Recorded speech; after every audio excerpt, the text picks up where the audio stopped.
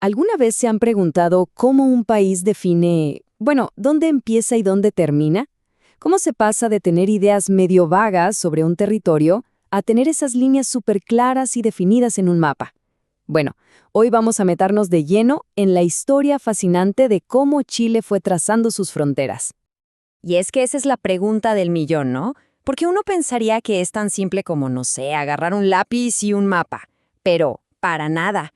Es un proceso increíblemente complejo, que tiene de todo: historia, mucha diplomacia y sobre todo una idea muy clara de lo que significa construir una nación. A ver, todo empieza oficialmente acá.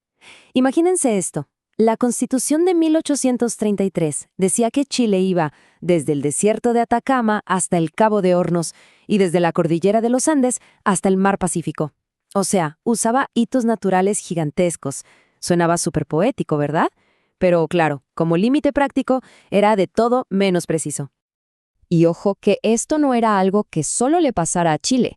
La mayoría de las nuevas naciones en América Latina usaron un principio legal llamado uti possidetis, que significaba básicamente que cada nuevo país se quedaba con las fronteras que tenía cuando era colonia.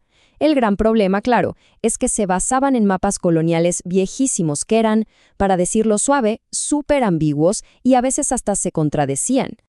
Ok, ahora vamos a meternos en un tema que es clave.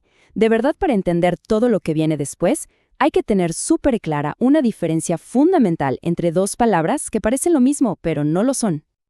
Miren, aquí está la cosa. Por un lado tenemos el límite. Piensen en eso como la línea política, la que se dibuja en el mapa después de un tratado. Es algo legal muy concreto.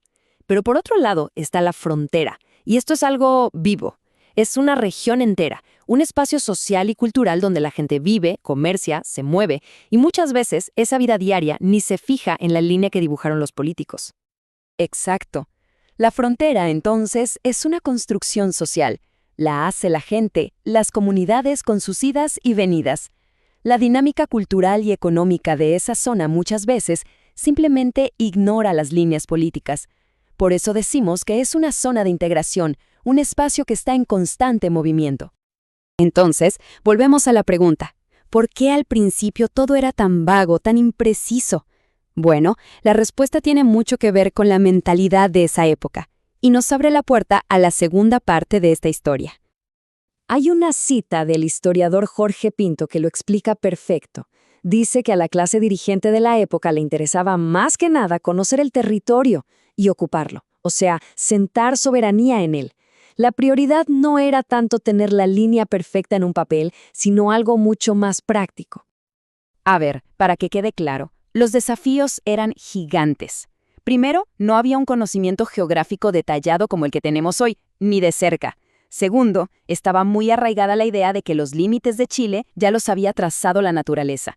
Y por eso mismo, el foco principal estaba en la gente, en la población que iba a formar la nación, y en la prioridad de explorar y ocupar esa tierra, más que en definirla con exactitud milimétrica. Bien, entonces, ¿cómo se empezó a armar este rompecabezas? Porque con límites tan vagos, el potencial de conflicto era enorme. Y aquí es donde Chile elige un camino muy particular para formalizar sus fronteras: la estrategia de la diplomacia. Y la verdad es que tenían un método, casi como una receta. Paso 1, identificar que había una disputa fronteriza. Paso 2, sentarse a negociar, la vía diplomática. Paso 3, formalizar todo lo conversado en un tratado. Y paso 4, si de plano no se llegaba a un acuerdo, se aceptaba la decisión de un tercero, un árbitro. Un camino súper ordenado, basado en el diálogo y en el derecho. Y si quieren un ejemplo clarísimo de esto en la práctica, ahí está el caso de la Patagonia con Argentina. En 1881, para evitar una guerra que parecía inminente, se firmó un tratado. ¿El resultado? Chile se aseguró el control de un punto estratégico clave, el Estrecho de Magallanes, pero a cambio cedió partes importantes de la Patagonia. Y años después, en 1899, vino el famoso Abrazo del Estrecho entre los presidentes, un gesto para reafirmar esa paz. Y es que este Abrazo del Estrecho fue un momento simbólico potentísimo. No fue solo para la foto, para nada, fue una demostración súper clara del compromiso que había con la diplomacia por sobre el conflicto.